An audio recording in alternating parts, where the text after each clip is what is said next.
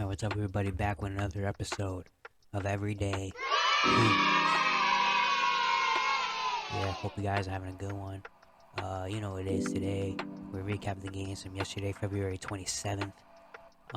Thank you guys for the views on the shorts recently. They've been really doing great. Love to see it. It's been bringing people over to the main channel. And I want to say thank you so much. I really appreciate it.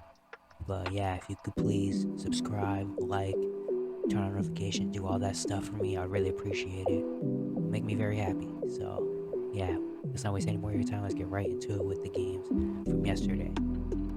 The first game from last night was the Pistons and the Charlotte Hornets. The Hornets coming in on a little win streak, 4 in a row. For the Pistons, trouble started early. They only came in with 9 available players able to play. No Jane Ivey or Jalen Duren. The Pistons ran 9 out there. Rodney McGruder was starting, so you know how the game was. And yeah, it's got off to a good start though. James Wiseman gets off to a really good start. He looks really good, hitting shots down low, getting dunks. Killian Hayes is finding him for shots. But Lawrence LaMelo was hitting early. LaMelo was hot from 3 very early. Now, at one point, 5:36 left in the first quarter. It was 20-17 after Alec Burks made a layup. From that point on, the Hornets end the first quarter on a 21-4 run, led by Terry Rozier, Gordon Hayward, Kelly Oubre, Nick Richards as well, getting in there. And the Hornets take a 41-21 lead into the second quarter. We go to the second. Nick Richards and Kelly Oubre are playing really well to start the corner, bringing the Hornets lead up to 23 at one point after a Kelly Oubre three-pointer. But the Pistons were trying, man. Amadou Diallo was playing good. And then Marvin Bagley, James Wiseman, doing some things. Alec Burks as well, being the guy that he is. But the Pistons are still down 65-46 going into halftime. Isaiah Livers also, who is their starting power forward in this game, injures his ankle. He only plays 8 minutes. And he came out rest of the game. So now the Pistons only are down to 8 players in this game against the Hornets. Early third quarter, it's kind of going the same as usual. The Hornets, Gordon Hayward and LaMelo starting off early, hitting some shots. The Pistons are trying. They got Alec Burks in there and Amadou Diallo doing stuff. But then early in the third, disaster strikes. LaMelo Ball dribbling around and just hurts his ankle. Falls, hurts his ankle, injures it, doesn't come back for the game. We found out right after the game it is a fractured ankle. Super disappointing. He was playing so well. I predicted he was going to have a great second half of the season, and he was. But then this injury happens, man. It sucks. It really does suck. I feel so bad for him, man, because he's already missed a lot of time. He's already missed about 30-ish games this season with injury. Yeah, really sucks for him. The Hornets keep playing though. They still go up by 23. Terry Rozier, JT Thor even was in some shots. The Pistons are slowly trying to cut the lead back. Marvin Bagley doing some things down there. It's 92-76 after Alec Burks layup at the end of the third quarter. We go to the fourth, and then the Pistons make it interesting. The Pistons score the first 10 points of the fourth quarter to make it a 92-85 game, or 92-86 game. And then the Hornets keep cutting the lead down. Gordon Hayward and Kelly Oubre hitting shots, but Marvin Bagley is doing his thing. And the lead is down to 5 at one point after Killian Hayes layup. And it's a very tense game, but then Kelly Oubre and Gordon Hayward and Mark Williams as well close this game out, getting easy shots. And the Hornets win 117-106 on a 5-game win streak. The Hornets shoot 52% from the field and 50% from 3. The Pistons just make 3 3-pointers as a team. 3 for 26. The Hornets also had 16 turnovers in this game. They had 24 assists. The Pistons 18 assists. They have 46 rebounds. And yeah, Charlotte, Terry Rozier finishes with 22 points and 9 for 19 shooting. Gordon Hayward has 19, 5, and 6. He's been playing well as of recently. LaMelo has 18, 6, and 5, hitting 6 threes before getting injured. Again, it just really sucks to hear that for him. Kelly Oubre had 18, and Mark Williams, 15 and 11 boards. He's playing great out there. For Detroit, Amadou Diallo had 23 off the bench with 3 steals and 7 for 15 shooting. James Wiseman had a great game, 23 and 7 on 9 for 11 shooting, hit a 3-pointer. Getting a lot of opportunity now, Detroit. No Duran, Stewart didn't play. Getting a lot of opportunity and showing it. Showed it last night. And then Marvin Bagley as well. Bagley had 21 and 12 back-to-back really good games from him. Alec Burks at 17. Then Killian Hayes at 12 points, 10 assists, 4 steals, 2 blocks in this game as well. The Hornets on a 5-game win streak, but they lose their star. The next game we had was a great matchup between the Heat and the Sixers. The Sixers coming off a very tough loss and an amazing game to the Boston Celtics on Saturday. And then the Heat coming off a 4-game losing streak. They really needed one. Early, it was a very good game. Guys hitting threes. James Harden got it started early, scoring some of the first few points for the Sixers. For the Heat, it was Jimmy Butler. Jimmy Butler as well starting this game early back in Philly. He always loves to go back up against Philly. In the first quarter, it's a 17-17 tie for PJ Tucker. Hits 2 free throws. Then the Heat finished the first quarter on an 11-5 run, led by Kevin Love hitting some threes. And the Heat go up 28-22 after one. We go to the second quarter. And Miami benches hitting shots. Tyler Hero, who's not part of the Heat bunch, but Victor Oladipo is doing things. Max Strus is hitting shots. But the Sixers are keeping it in. Joel Embiid and PJ Tucker as well against his former team. They bring their lead down to 2 at one point. But then the Heat finish the first half on an 8-2 run to lead 58-50, led by Jimmy Butler. And a step back jumper with 9 seconds left. We go into the third quarter. It's still a great game for the Heat. Gabe Vincent and Kevin Love are hitting 3-pointers. Bring the Heat up as many as 9 at one point. But then Tyrese Maxey gets into the game. Tyrese Maxey gets going. Tyrese Maxey puts up 14 third quarter points, bringing the Sixers so much energy, getting to the rim for easy layups, hitting step back threes. And the lead is 84-80 for Miami going into the fourth.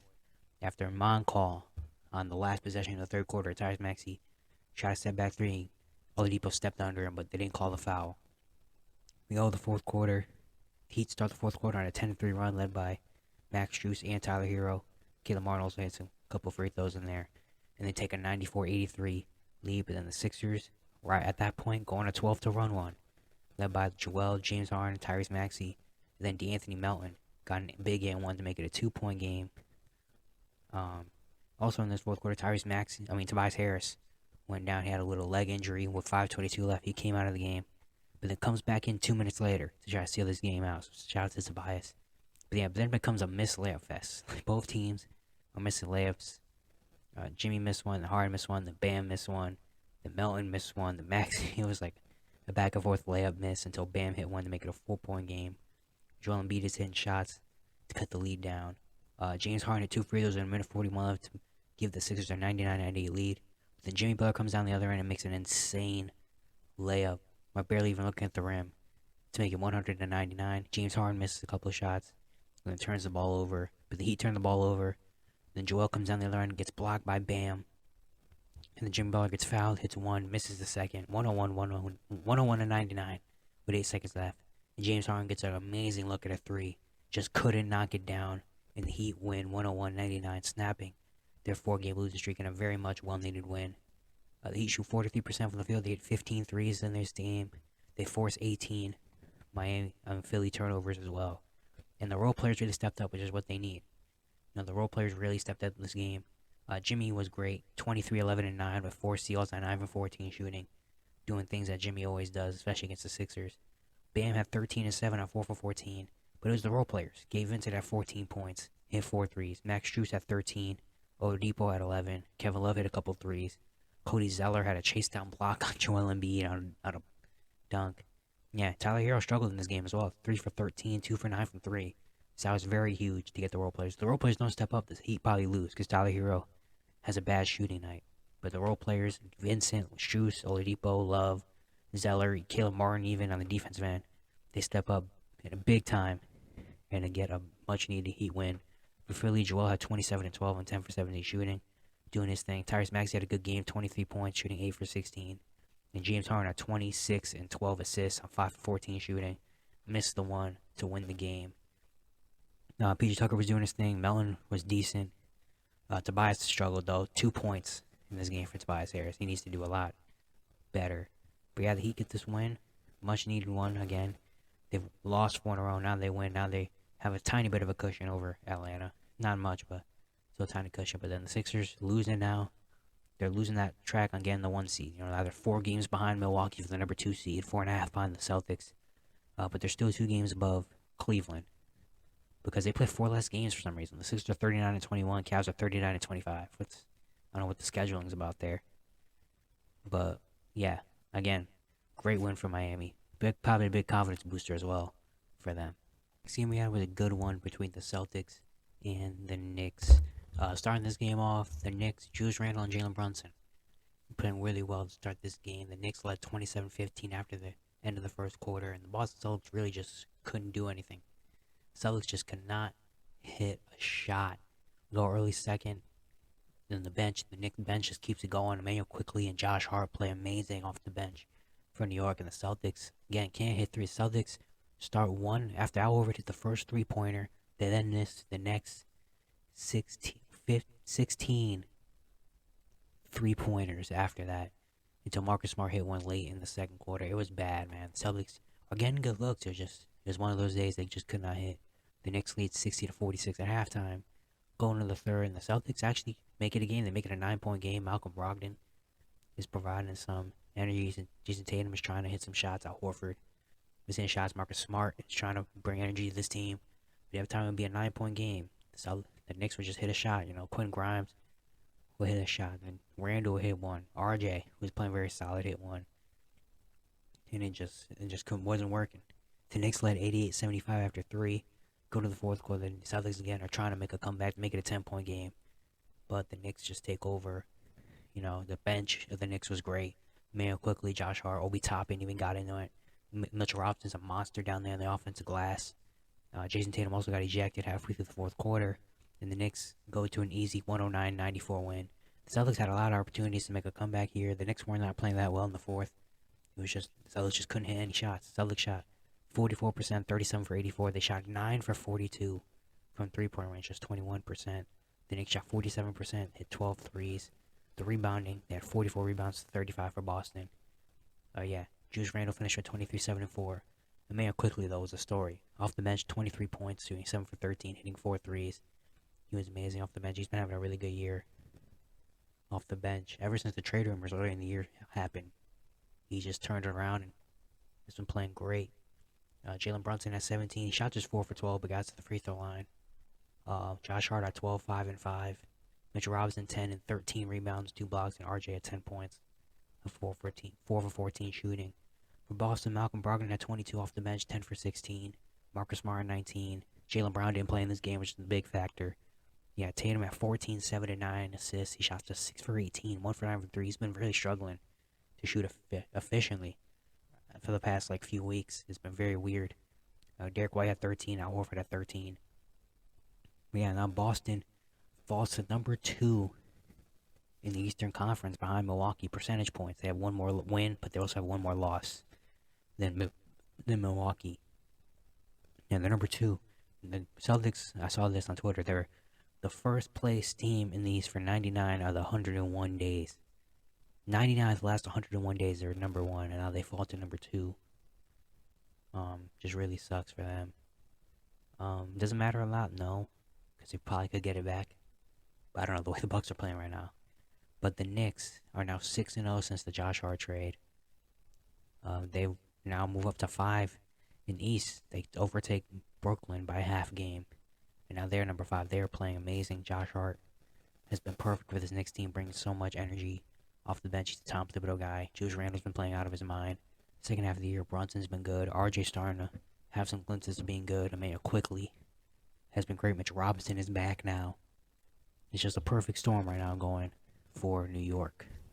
In the last game of the day, a very small 4-game slate for a Monday.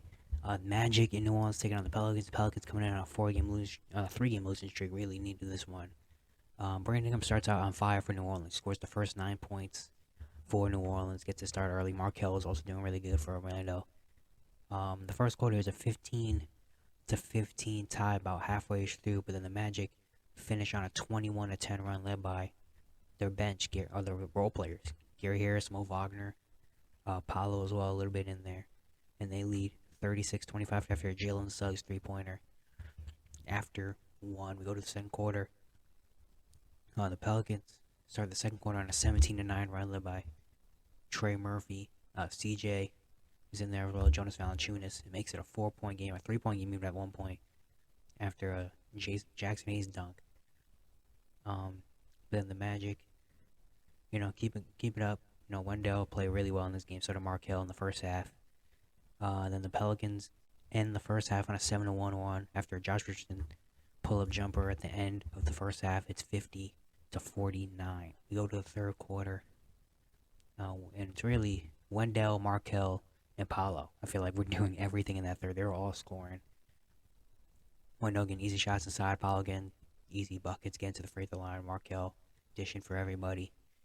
And we go to the fourth quarter, 79-74.